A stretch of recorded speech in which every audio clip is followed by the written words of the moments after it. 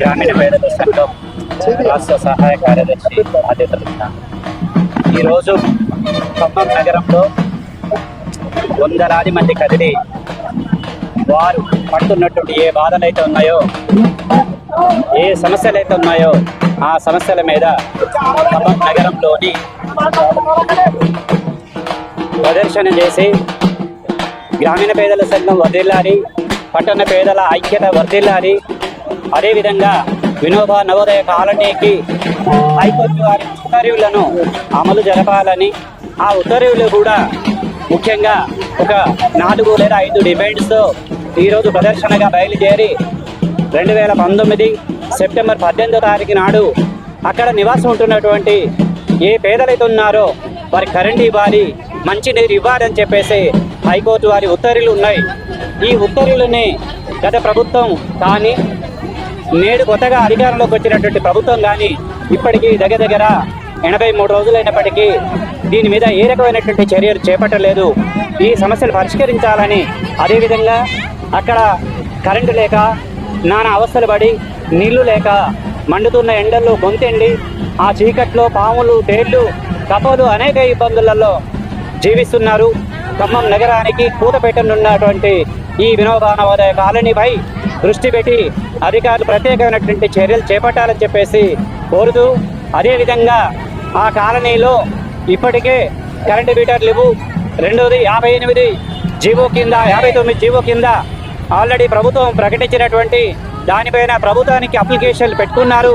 ఆ పరిశీలన చేసేసి వారికి సంపూర్ణమైనటువంటి చట్టబద్ధత కల్పించాలని చెప్పేసి, అదేవిధంగా ఆ భూదాన భూమి 62 ఎకరాల 7 గుంటలు ఉన్నది.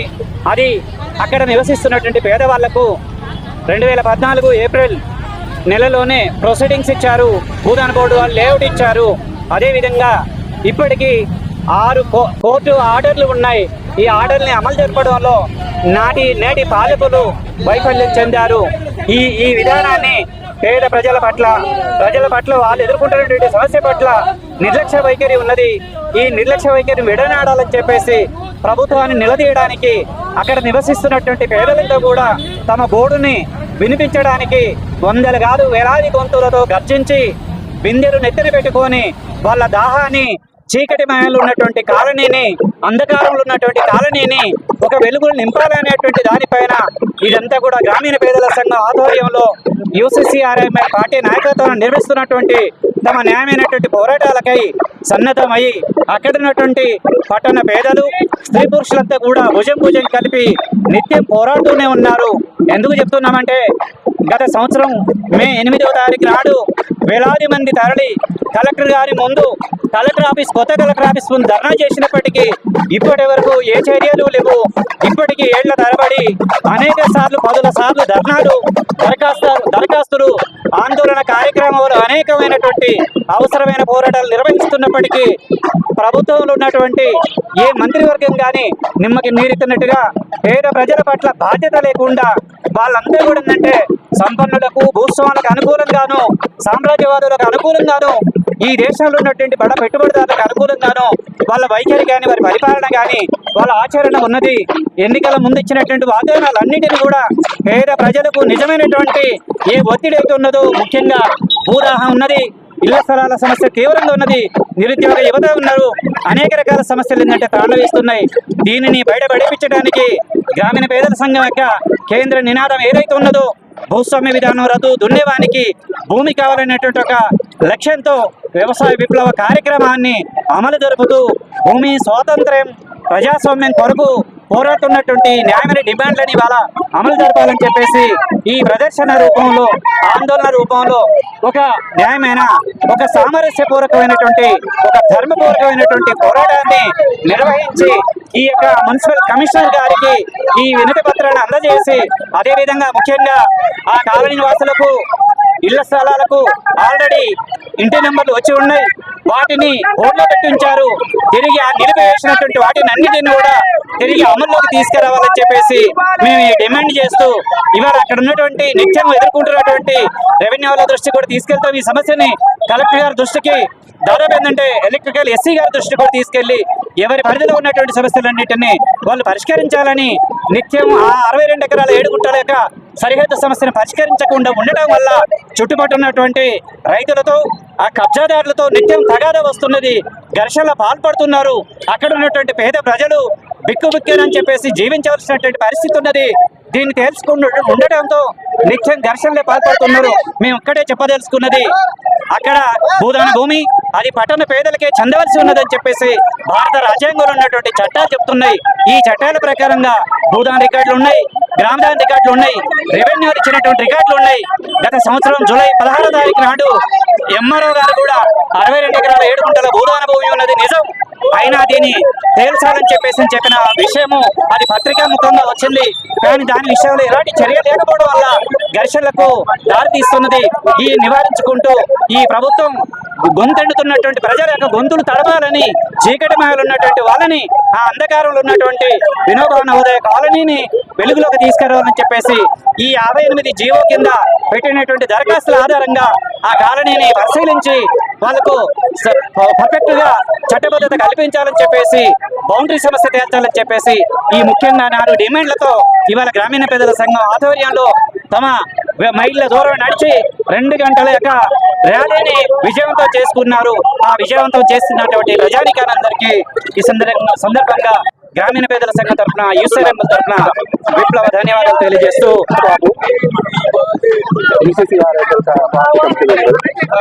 ఈరోజు మన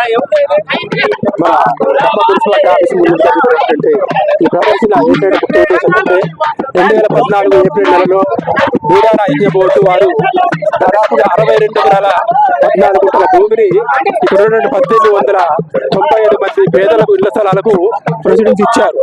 వాటికి కరెంటు నీళ్లు ఇవ్వమని చెప్పేసి ప్రభుత్వం 2014, 2015 ఆల్రెడీ ఉత్తర్వులు జారీ చేశారు. ఆ ఉత్తర్వులను అమలు చేయాలని చెప్పేసి దాదాపుగా 10-20 సార్లు కాదు, 100 సార్లుగా మనం ఏంటంటే కలెక్టర్ ఆఫీసు, మన మున్సిపాలిటీ ఆఫీసు, రెవెన్యూ దగ్గరికి దాదాపు వెళ్ళాము. వెళ్ళినా కానీ ఇంతవరకు కూడా ఫలితం లేదు. అయినా కానీ ఇక్కడ కొత్త కలెక్టర్ ఆఫీస్ పడి కూడా పక్కన పేదలు ముఖ్య నీళ్లు లేక ఒత్తిడి చూస్తూ అక్కడ కరెంటు లేక పాములు తేలకుండా చాలా భయత్తులు ఎదుగుతున్నటువంటి అంతటి కాలనీలో పేదలు ఇబ్బందులు పడుతున్నారే. ఇది ప్రభుత్వం పట్టదా? ఇది ప్రభుత్వం పేద ప్రభుత్వం కాదా? ఆ పేదలు ఎంతమంది నీళ్లు లేక చీకట్లో ఇబ్బంది పడుతున్న వాళ్ళు కరెంట్ ఇవ్వాలి, వాళ్ళ నీళ్లు పోయాలని చెప్పేసి కనీసం కనికరం లేనటువంటి గత ప్రభుత్వం బీఆర్ఎస్ కూడా, ఇప్పుడు వచ్చినటువంటి కాంగ్రెస్ ప్రభుత్వం కూడా, ఏ ప్రభుత్వం కూడా ప్రజలకు ఎప్పుడు కూడా ఏనాడు కూడా న్యాయం చేసినటువంటి దాఖలా లేదు. మారింది ప్రభుత్వమే, బ్రతుకులు కాదు. గుర్తుపెట్టుకోండి, ఇక్కడ మారింది ప్రభుత్వమే కానీ పేదల బ్రతుకులు కాదు. ఈనాడు కాదు, పార్టీ పుట్టినప్పటి నుంచి దాదాపుగా 1970 ఏర్పాటు చేసినటువంటి ఈ పార్టీ దేవరపల్లి రెడ్డి గారు ఏర్పాటు చేశారు. ఆనాటి నుంచి భారతదేశంలో విప్లవాన్ని ఏర్పాటు చేయాలని చెప్పేసి ముందుకు పోతున్నటువంటి పేదలందరూ కూడా, పేదలు ఈనాటికి కూడా ఎక్కడ కూడా ఒక న్యాయానికి ఒప్పుకోలేదు.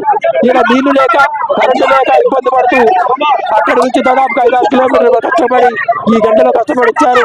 వాళ్ళందరూ కూడా న్యాయం చేయాలని చెప్పేసి గ్రామీణ పేదల సంఘటన చేస్తున్నాం. నేను ఇక్కడ వినోబాబాబు కాలనీలో 6 సంవత్సరాల నుండి హైకోర్టు ఆర్డర్లను ధిక్కరించి అక్కడ మొత్తం ఈ పాలక వర్గాలు అనేక విచ్ఛిన్న చర్యలు చేస్తూ మొత్తం కూర్చేయాలని అక్కడ ఇది మాకు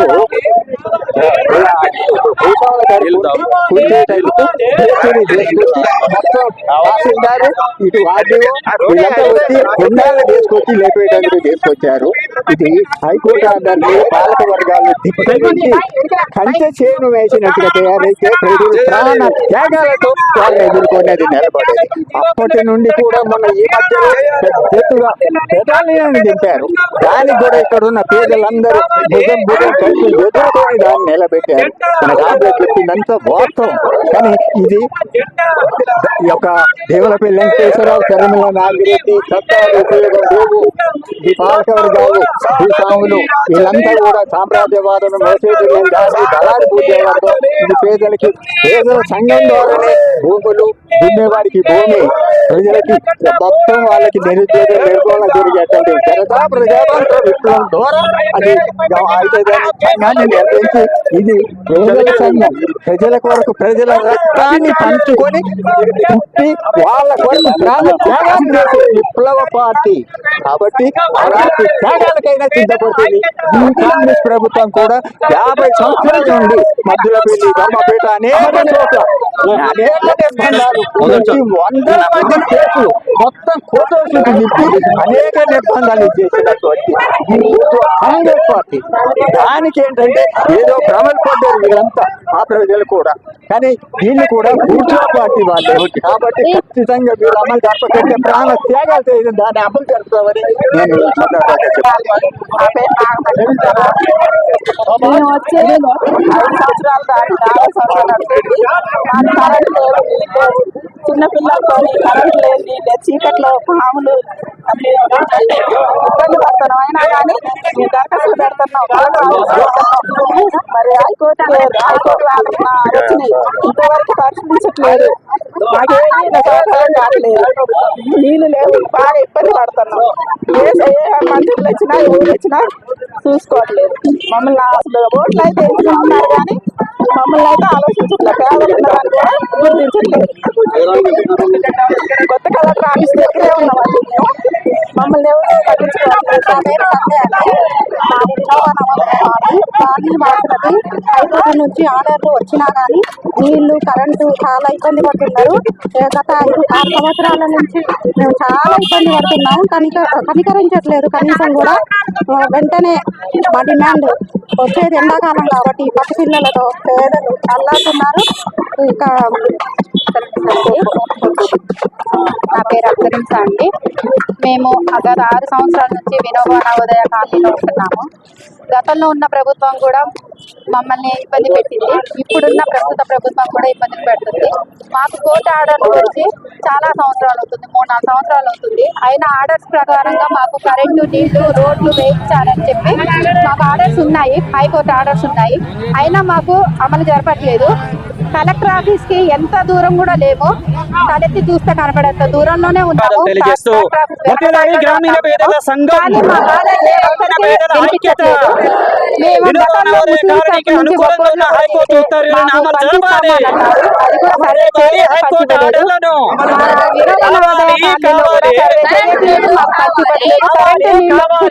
చిన్నపిల్లలతో బాగా ఇబ్బంది పడుతున్నారు, ఆర్డర్స్ ఉన్నా కూడా ఇబ్బంది పెడుతున్నారు అధికారులైనా సరే, ప్రభుత్వమైనా సరే, ఏదైనా సరే. ప్రభుత్వం ఇబ్బంది పెట్టింది కదా, కాంగ్రెస్ వస్తే మేలు జరిగింది కదా అని కానీ ఈ ప్రభుత్వంలో కూడా మాకు ఏం మేలు జరగలేదండి. ఇప్పటి వరకు కూడా మాకున్న ఆర్డర్స్ ప్రకారంగానే ఫాలో అవ్వమనే అంటున్నాము అధికారులను కూడా. అయినా మాకు ఏ న్యాయం జరగట్లేదు. చిన్న పిల్లలతోని ఇబ్బందులు పడుతున్నాము. వర్షాకాలంలో, ఎండాకాలంలో, చలికాలంలో 6 ఏళ్ల నుంచి ఉంటున్నాము చిన్న పిల్లల్ని తీసుకొని. తేళ్లు, పాములు దగ్గర అసలు చాలా ఇబ్బంది అవుతుంది. మాకు కొంచెం కనికరించి మాకున్న ఆర్డర్స్ ని మాత్రమే మేము అమలు చేయమంటున్నాము. మాకు కరెంటు, నీళ్లు తప్పనిసరిగా మాకు ఇవ్వాలని కోరుకుంటున్నాము. అందులో రోడ్లు కూడా ఉన్నాయి. ఆ రోడ్డు ఆర్డర్స్, కరెంటు, నీళ్లు మాకు అన్ని విధాలుగా మాకు సహకరించాలి అని